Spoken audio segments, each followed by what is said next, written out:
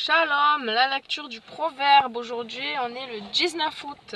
Donc, c'est le chapitre 19.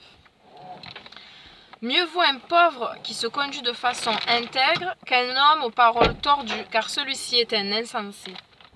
Dans un désir irréfléchi, il n'y a rien de bon. Et précipiter ses pas fait commettre une faute. La sottise d'un homme cause son naufrage. Alors, il s'en prend à l'Éternel. Si vous êtes riche, vos amis se multiplient, mais le pauvre est abandonné par son compagnon. Le faux témoin ne restera pas impuni. Qui répand le mensonge n'échappera pas au châtiment. Beaucoup briguent la faveur d'un homme important, et tous sont amis de qui fait des cadeaux. Le pauvre est détesté par tous ses frères. À plus forte raison, ses compagnons s'écartent de lui. En vain il les poursuit de ses paroles. Ils ne sont déjà plus là. Acquérir du bon sens, c'est s'aimer soi-même. Cultiver le discernement fera trouver le bonheur. Le faux témoin ne restera pas impuni. Qui profère le mensonge périra. Il ne convient pas qu'un insensé mène une vie de plaisir, et moins encore qu'un esclave commande au prince. La raison de l'homme qui fait retenir sa colère et sa gloire... Non. La raison de l'homme lui fait retenir sa colère, et sa gloire, c'est de passer par-dessus l'offense. La colère du roi est pareille au rugissement d'un jeune lion, mais sa faveur est comme la rosée sur l'herbe.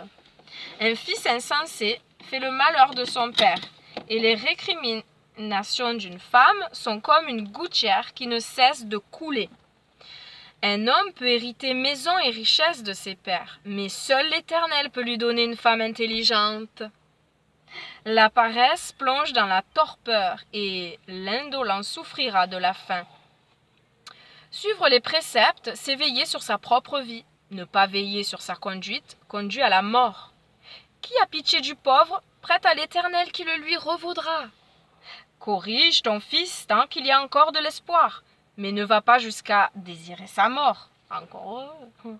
L'homme qui se met dans une grande colère paiera une amende. Si tu l'en exemptes, tu l'incites à recommencer.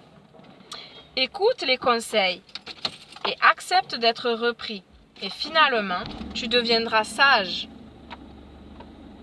Un homme forme de nombreux projets, mais c'est le dessein de l'Éternel qui se réalise. Ce qu'on apprécie chez un homme, c'est sa bonté. Mieux vaut un pauvre qu'un menteur. Craindre l'Éternel mène à la vie, et comblé, on passe même la nuit à l'abri du malheur.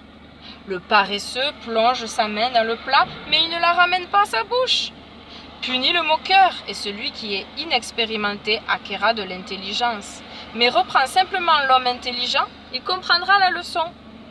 Qui maltraite son père et chasse sa mère est un fils qui se couvre de honte et d'opprobre.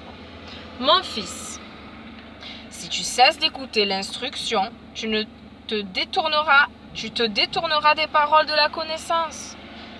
Qui se moque du droit est un témoin qui ne vaut rien. La bouche des méchants avale le mal.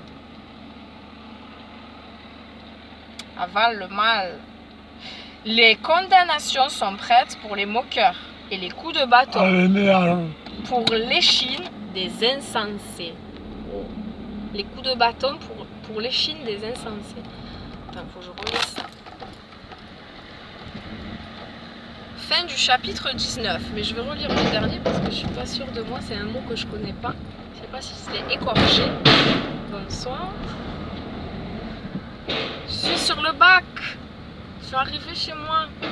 Je rentre de vacances. Je rentre d'Italie. Couper le moteur.